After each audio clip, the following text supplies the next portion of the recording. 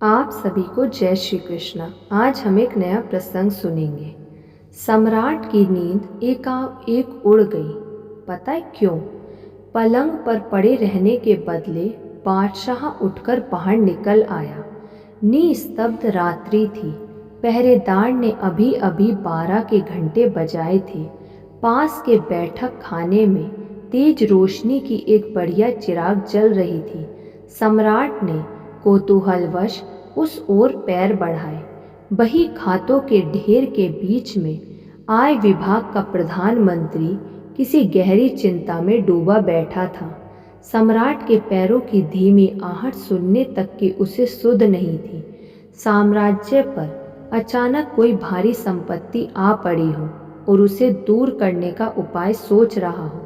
वह इस प्रकार ध्यानमग्न था। सम्राट कुछ देर तक यह दृश्य देखता रहा और मेरे राज्य के ऊंचे अधिकारियों में ऐसे परिश्रमी और लगन वाले पुरुष हैं, यह जानकर उसे अभिमान हुआ।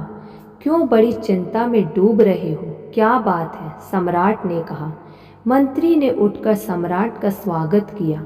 अपनी चिंता का कारण बतलाते हुए मंत्री ने कहा, गत वर्ष की अपेक्षा इस वर्ष लगान की वसूली के आंकड़े कुछ ज़्यादा थे, इसलिए मैंने स्वयं की इसकी जांच करने का निश्चय किया।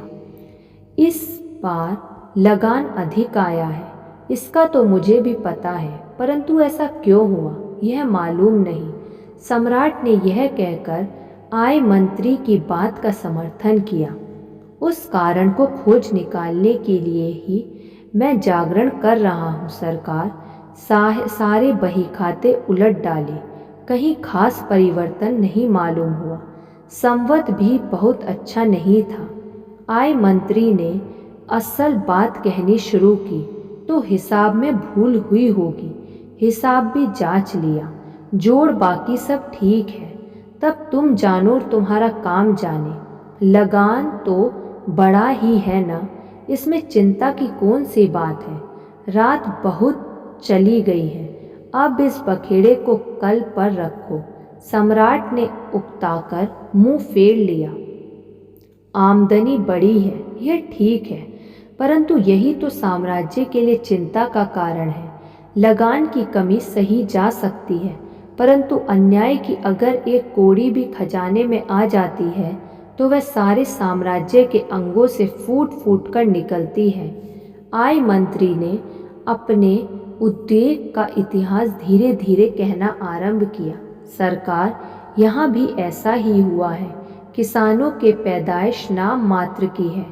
गई साल गर्मी बहुत पड़ी थी, इससे गंगा यमुना जैसी भरी पूरी नदियों का जल भी सूख चला था। जल सूख जाने से किनारे की जमीन निकल आई थी। इस जमीन में लोगों ने कुछ बाड़े बनाए और उन्हीं के द्वारा सरकारी खजाने में कुछ धन ज़्यादा आया। आमदनी बढ़ने का यही गुप्त रहस्य है। नदियाँ सूख गई, जल दूर चला गया और लगान बढ़ा। मंत्री की चिंता के सम्राट के दिल पर भी चिंता का चेप लगा दिया। कुछ देर तक इन्हीं शब्दों को वह रटता रहा। नदी का जल सूखना भी तो एक ईश्वरीय कोप है। इस कोप को सिर लेकर लगान की मौज उड़ाने वाली बादशाही कब तक टिकी रह सकती है? यह अन्याय का पैसा है।